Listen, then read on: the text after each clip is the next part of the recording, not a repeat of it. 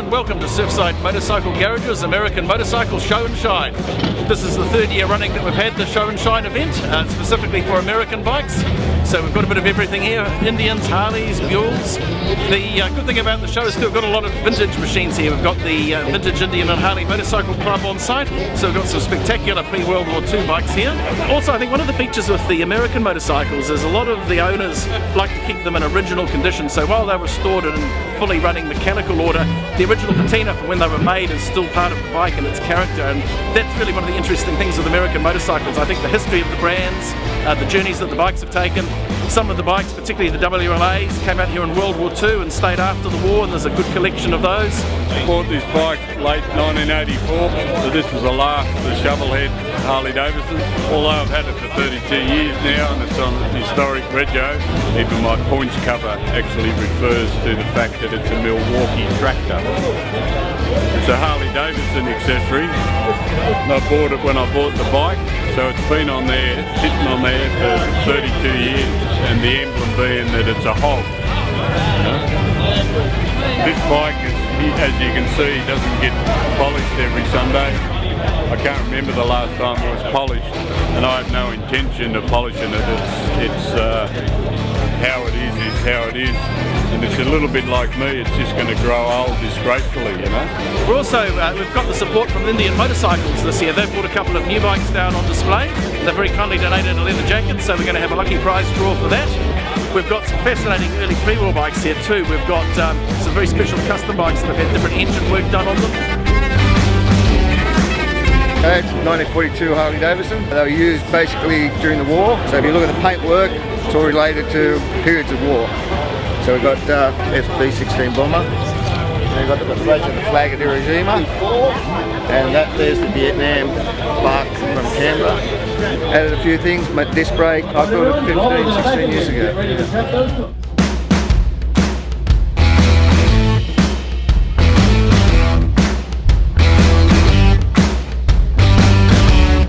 It's a 1944 U model. Gary Kirkness out at Kenner's built it for us. I went away in a great race about 3 years ago. Peter Green was riding a U model like this and I just wanted one. I was riding a little Indian. So then Gary slowly put it together with help from Peter Green in the end. So it's turned out pretty good, and this is its first sort of day out really.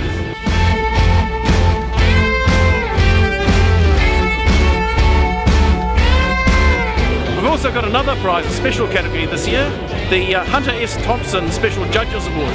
For those of you that may not be familiar, Hunter was a motorcycling journalist that did a lot to popularise bikes in the 60s and 70s, wrote a lot of interesting books and articles on it, wrote with the Hells Angels for a while as well, as like an embedded journalist. Nobody embodies the whole style, the whole lifestyle of American motorcycles that Hunter S. Thompson did from back in his days in the 60s, running around with the Angels and writing about it.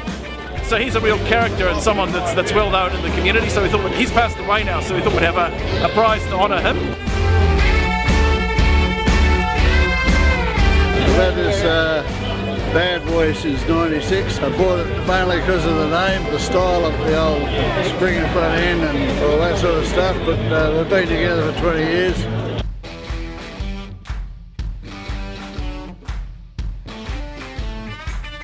When people say American motorcycle shows, they automatically think big block things with lots of ape hangers. There's a few of those here. We've also got some really interesting stuff. We've got a 1966 350cc Harley Davidson Scrambler bike here.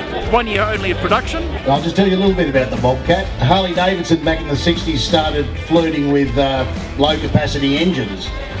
One of the first things they built was the Bobcat. This was essentially knocked off from the plans that were stolen from the Germans after the war from the DKW. That went into many motorcycles like the BSA Bantam and the lot. Well, Milwaukee turned it into what you see sitting there, and that's a 1966 Harley Davidson Bobcat. It's not an Air Mackie as some of you may think. Actually built in Milwaukee, and it was built for 1 year only. So chances are, have a good look at it because you'll probably never see another one again. Carl, you're a long-time friend of the shop and you've been down at the show today. You've got a pretty unique machine here. Do you want to maybe tell us a wee bit about it? How long have you had this thing? I've had it for 13 years. A 99 Night Train, it's the last of the Evos. Carbide engine, the electronic ignition. There's not much left that's original. Basically the frame and the gearbox is about it. So everything else is grown onto the bike over the last 13 years. So aftermarket wheels and tanks, headlights, handlebars, custom paint job, exhaust system, and it's a bit of a sleeper. So it catches a few people by surprise. It's got an S&S T111 engine in it, so 1820cc, and she goes hard for an old girl. Hey, what was the original size engine? It was the last of the Evos, which is 1340. So it's got an extra half litre under the lid. Yeah, It would go. Yeah. it does. It's a real work of art.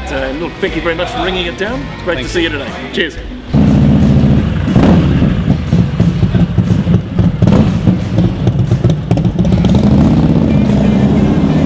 It's 1942, WLA, Harley Davidson. I've owned for nearly 30 years. I'm really happy with it and it's great to ride. Been to Tassie recently on it. Really enjoy riding it.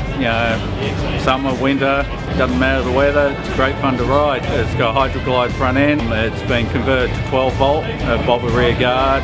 I've made the rack for it. I've modified it a number of times over the years. Finally where I want it. It's an Air Mackie 350 Sprint, SS 350 Sprint, 1969. 18 months ago, bought it. Took it from pretty much a barn find. V-Rod, 75. It's 1975 Sportster. Front wheels Yamaha. It's a mix. Whatever I had or whatever I could get went into it. All the money spent on the engine, gearbox bearings, conrod, top end, a lot. Air Mackie SS 350 Sprint, marketed by Harley Davidson. Thank you very much for coming down today. It's very heartening to see the support we get here in the shop. As you all know, we try and give back to the riding community as much as we can, and having you all show up here today is more than enough payback for that. So thank you very much for coming, and I hope you've enjoyed yourself up to this point.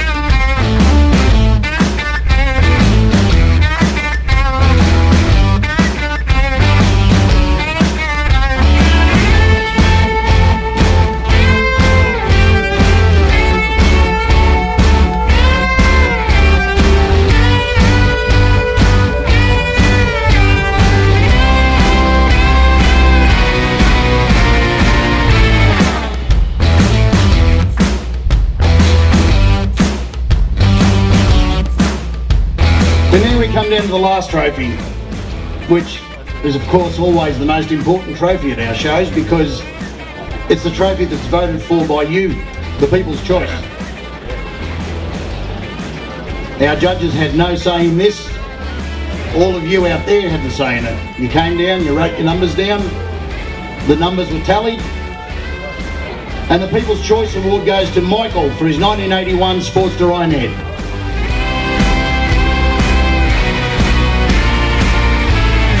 Thank you very much for the people who voted for my 1981 Harley Sportster. Much appreciated. A lot of hard work, many hours. Thank you very much. Thank you.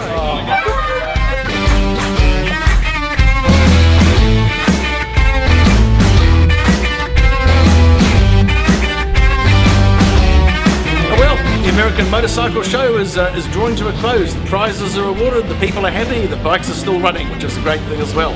It's been a sensational day, probably our best turnout ever in terms of crowd support and variety of bikes. We had some really unique things here on the forecourt today. I hope you've all enjoyed it. Our next show will be our Japanese Motorcycle Show on Sunday the 4th of September. Again, a really unique day, a really great diversity of bikes. We look forward to seeing you all there. Thank you very much for your continued support of Surfside Motorcycle Garage.